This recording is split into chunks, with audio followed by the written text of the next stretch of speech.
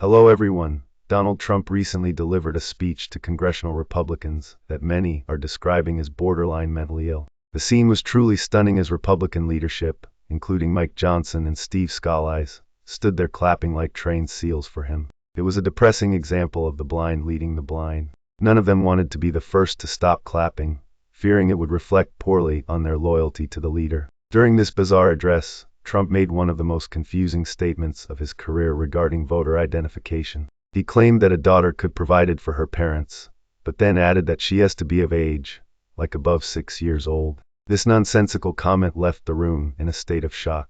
Why would a former president suggest a 6-year-old is the benchmark for being of age to handle voting documents? It was an incredibly weird moment. Even as gas prices are surging and oil prices are seeing their fastest spike in over 40 years. Trump stood there claiming that no one talks about affordability anymore because he brought prices down so much. This was a blatant lie that even his supporters found hard to swallow. The entire country is currently plagued by a massive affordability crisis, yet Trump continues to live in a reality where inflation is plummeting and the economy is surging. In another strange Freudian slip, Trump told the crowd that one of his first targets must be the crushing of healthcare. He literally said we have to crush healthcare and take over the situation. While he likely meant something else, he started to glitch physically, unable to finish his sentence properly. These verbal glitches are becoming more frequent, raising serious questions about his cognitive health and his ability to lead the nation again. Trump also continued his bizarre obsession with mental institutions and insane asylums.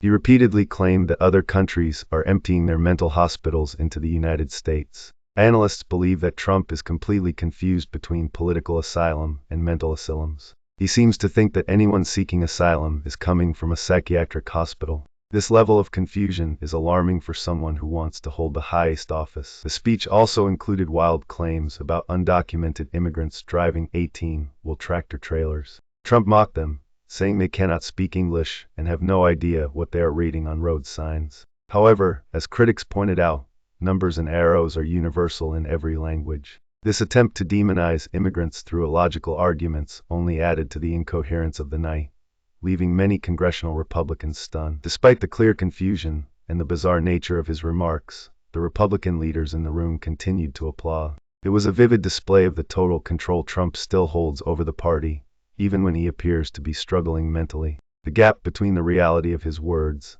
and the reaction of the politicians was vast. This report highlights the growing concern that the former president is no longer fit for the rigors of a campaign. Furthermore, Trump made the outlandish claim that since the last election, the stock market has set 53 all-time record highs. He insisted that things will go much higher once he gets rid of current policies, yet he struggled to explain what those policies actually are. His inability to stay on a single topic for more than a minute was evident throughout the entire address. It felt like a man struggling to grasp the reality of the current economy. The former president then shifted his focus to gender-affirming care, a topic he frequently uses to fire up his base. He used confusing terms like transgender mutilation surgery and claimed he would stop it immediately. However, experts noted that the scenarios he describes are not even happening in the way he portrays them. It was another example of Trump creating a fictional problem, just so he could claim to be the only person capable of solving it. Perhaps the most delusional part of the speech was when Trump claimed that people everywhere beg him to pass the Save America Act. He told the stunned Republicans that every time he goes out,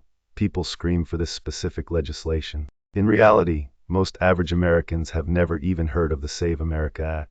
This habit of inventing imaginary crowds who praise his every move is a hallmark of his increasingly isolated and distorted worldview. Trump's physical performance was also a cause for concern among those watching closely. There were several moments where he seemed to lose his train of thought entirely, staring blankly at the audience before recovering with a random insult. These cognitive glitches are becoming harder for his team to hide, especially when they happen in front of the party's top leadership.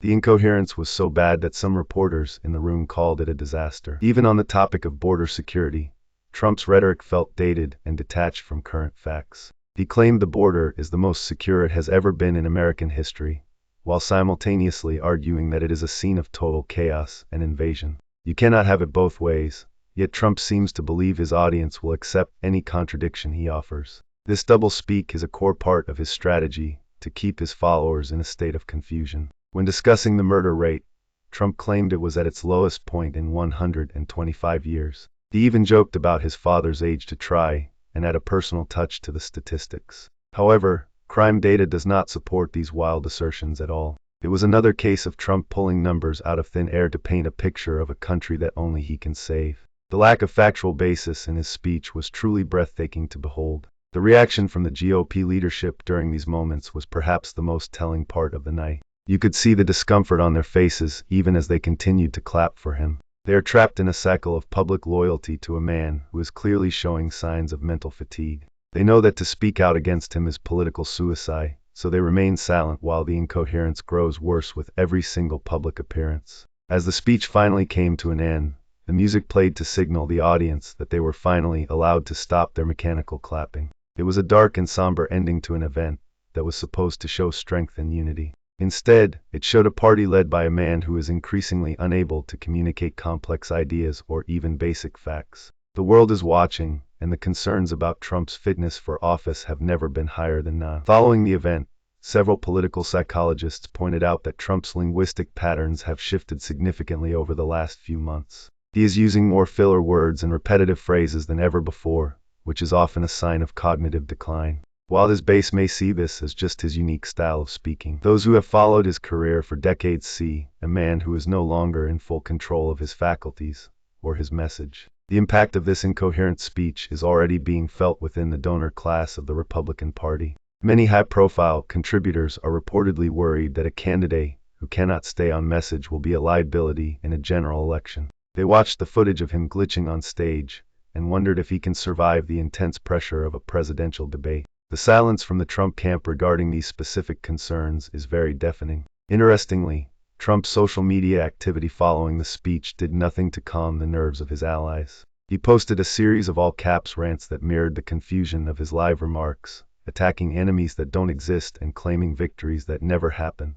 It seems the former president is stuck in a feedback loop where he only listens to his own rhetoric. This isolation is making it harder for his advisors to correct his many errors. We also have to look at how international media is reacting to these bizarre public displays. Allies across Europe and Asia are watching these clips with a mixture of concern and disbelief. They remember the Trump presidency as a time of unpredictability, but this new version of Trump seems even more detached from the global reality. A leader who confuses basic terms like asylum is a major risk factor for international stability and diplomacy. During the same address, Trump also made a very strange comment about the history of the murder rate, claiming it was at its lowest point since before his father was born. He spent several minutes stuck on the year 1900, trying to calculate the age of his family members instead of discussing policy. This kind of tangential thinking is often cited by medical experts as a red flag for those monitoring the mental health of public figures today. The Save America Act,